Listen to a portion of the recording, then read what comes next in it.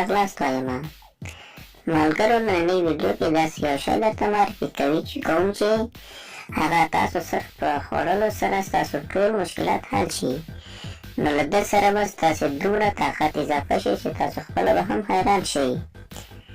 نننۍ دا نسخه چې ده صرف د هغه کسانو لپاره ده چې جنسي مشکلات لري او د کوروالي څخه پوره خوند نشي اخیستلی، او که څوک لږ خوند هم اخلي نو کولی شي چې دا عملي کړي تر څو پوره جنسي کمزوري یې ختمه شي.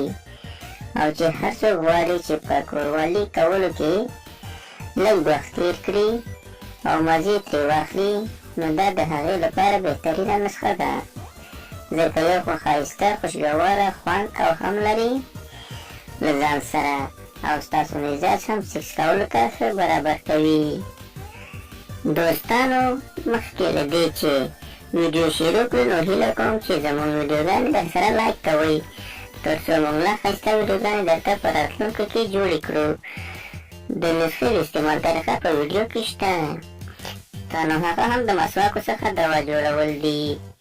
د جنسي اړیکو سره د نزله زکام لپاره هم ډېره ګټه لري او نورې کوچنۍ ناروغۍ هم نشي کولی چې تاسې مریضان کړي. بیا دوستانو هسې خو ټولو ته معلومه ده چې سنتي خلک یعنې نعتخوانان او تبلیغیان ترې ګټه اخلي، خو هغوی بیا جنسي مشکلاتو لپاره نه صرف د خولې د خوشبویۍ لپاره.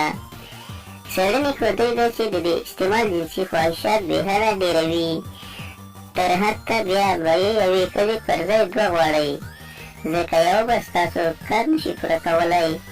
که چېرې داسې په ښه طریق وکاروئ او ښه یې جوش کړئ نو ښه ګټه لري.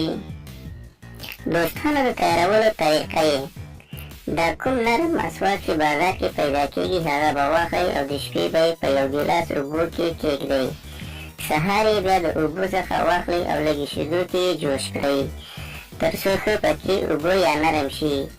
چې پوه شوئ شیدو کې یې خوند وتلی ده نو بیا به هغه شیدې یو ورځ بعد څښئ، هره ورځ نه، ځکه دا ډېره قوي دوا ده چې بیا تاسو کوم تکلیف نه کړي. د دې ذکر په ډېرو کتابونو کې هم راغلی دی. مخکې وختونو کې به لکه د چای پر ځای د دې استعمال کېده. چیني ماهران وایي چې دا د انسان جسم ته بېحده زیات طاقت ورکوي او په جسم کې هغه خواهشات پیدا کوي کوم چې مخکې نه وي، او له دې مېرمن او خاوند دواړه استفاده کولی شي. دوستانو د نورو ښایسته ویډیوګانو لپاره زموږ چینل درسره حتما سبسکرایب کړئ، او که چا سبسکرایب کړی وي په خوا کې ورسره د ګوګلي نشان ووهئ تر څو زموږ هره ویډیو راتللو سره تاسو ته خبر درکړل شي.